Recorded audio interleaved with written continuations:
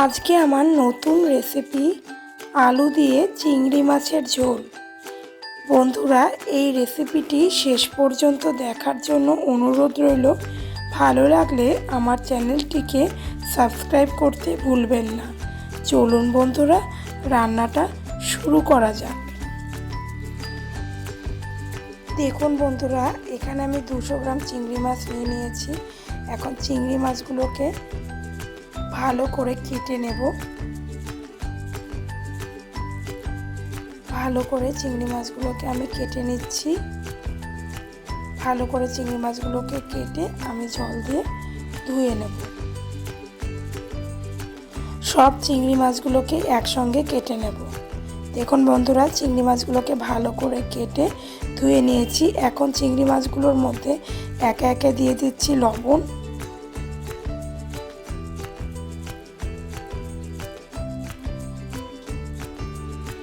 দিয়ে দেব এর মধ্যে হলুদ গুঁড়ো।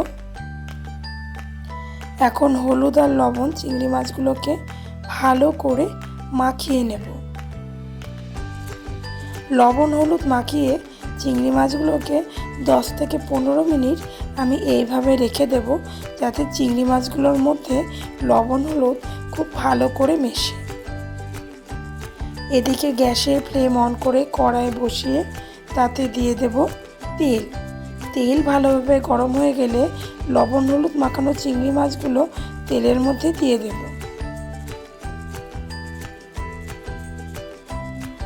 একে একে চিংড়ি মাছগুলোকে তেলের মধ্যে ছেড়ে দিলাম। চিংড়ি মাছগুলোকে লাল লাল করে আমি ভেজে নেব।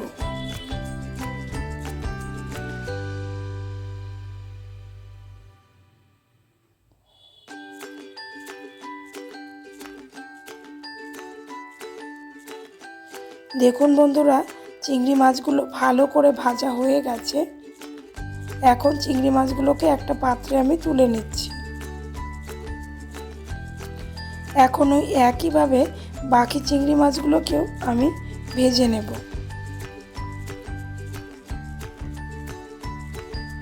বাকি চিংড়ি মাছগুলোকেও আমি তেলের মধ্যে দিয়ে ভালো করে দুপিটি লাল লাল করে ভেজে নেব।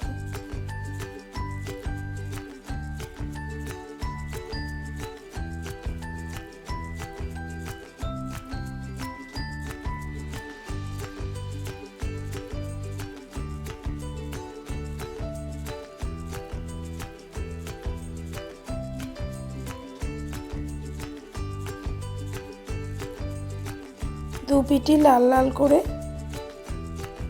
ভেজে নিয়েছি। এখন একটা পাত্রে আমি চিংড়ি মাছগুলোকে তুলে নেব।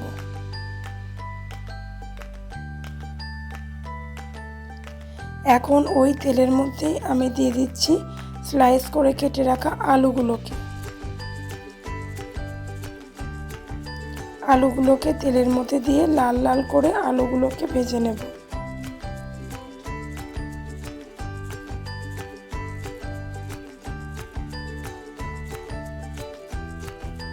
অল্প আরেকটু তেল দিয়ে দিলাম।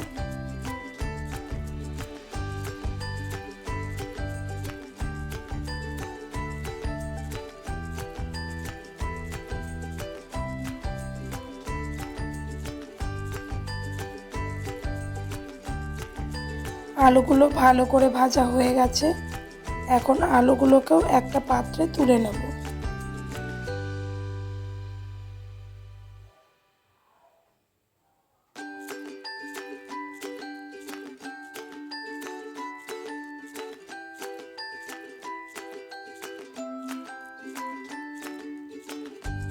এখন ওই তেলের মধ্যে দিয়ে দেব 5 ফোড়ন। এখন এর মধ্যে দিয়ে দেব শুকনো লঙ্কা,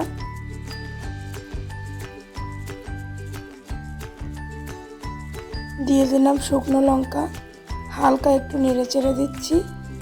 এর মধ্যে এখন দিয়ে দেব একটা পেঁয়াজ কুচি। পেঁয়াজগুলোকে ছোট ছোট টুকরো করে কেটে নিয়েছি।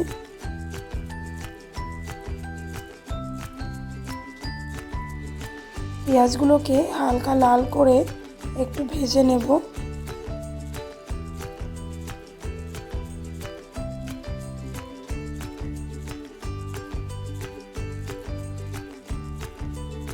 এখন এর মধ্যে দিয়ে দিচ্ছি স্বাদ মতো লবণ,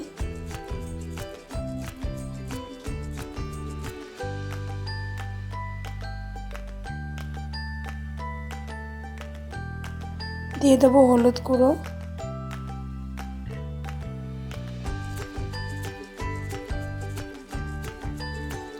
দিয়ে দিচ্ছি লঙ্কার গুঁড়ো, দিয়ে দিচ্ছি ধনের গুঁড়ো। প্রত্যেকটা মশলা দিয়ে আমি ভালো করে কষিয়ে নেব। ভালো করে মশলা কষানোর সাথে সাথে পেঁয়াজটাও লাল লাল করে ভাজা হয়ে যাচ্ছে।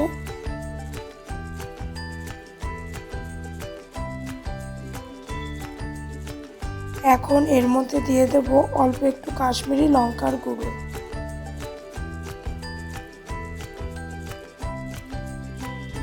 কাশ্মীরি লঙ্কার গুঁড়ো দিয়ে আবারও ভালো করে কষিয়ে নিচ্ছি। সুন্দর রং হওয়ার জন্য কাশ্মীরি লঙ্কার গুঁড়ো ব্যবহার করলাম। এখন দিয়ে দিলাম অল্প একটু জল, যাতে মশলাটা পুড়ে না যায়।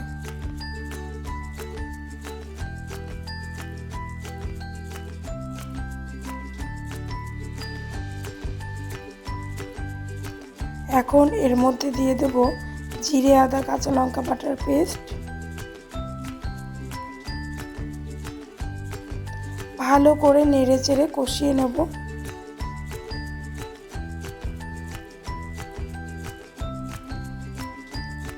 ভালো করে নেড়ে চেড়ে মশলার সাথে কষিয়ে নিচ্ছি এই বাটা মশলাটা।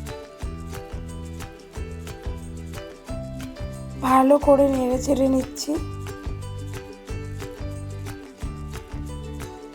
গ্যাসের ফ্লেম জোরে দিয়ে এখন এর মধ্যে দিয়ে দিচ্ছি ভেজে রাখা চিংড়ি মাছগুলো, আর দিয়ে দেব ভেজে রাখা আলুগুলো। এখন আলু আর চিংড়ি মাছ ভালোভাবে মশলার সাথে কষিয়ে নিচ্ছি।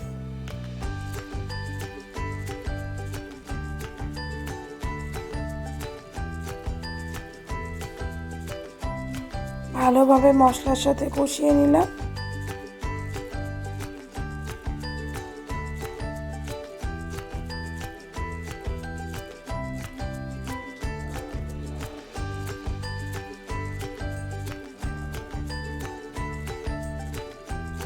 এখন দিয়ে দেব জল। জল দিয়ে ভালো করে নেড়ে চেড়ে দিচ্ছি। জল দিয়ে আলু আর চিংড়ি মাছটাকে 15 থেকে 20 মিনিট ভালো করে ফুটিয়ে নেব, যাতে আলু আর চিংড়ি মাছ ভালোভাবে সেদ্ধ হয়ে যায়। এখন এইভাবে গ্যাসের ফ্লেম মিডিয়ামে দিয়ে চিংড়ি মাছ আর আলুটাকে সেদ্ধ করে নেব খুব ভালোভাবে।